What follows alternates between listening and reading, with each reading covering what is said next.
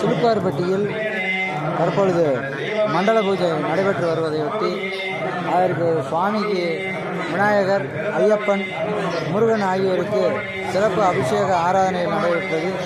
அப்பொழுது 10 கோடி பெருமக்கள் யாவரும் இங்கே கலந்து கொண்டு அந்த ஐயப்ப பூஜையை சிறப்பாக நடத்தி கொடுப்பதை நம்மால் காண முடிகின்றது.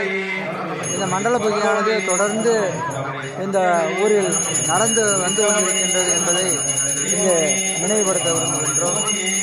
சுவாமிக்கு அபிஷேகம் செய்து அதற்கு பிறகுதான் இங்கே உள்ள பக்தர்கள் எல்லாம் அந்த சபரிமலை யாத்திரையை தொடங்குவார்கள்.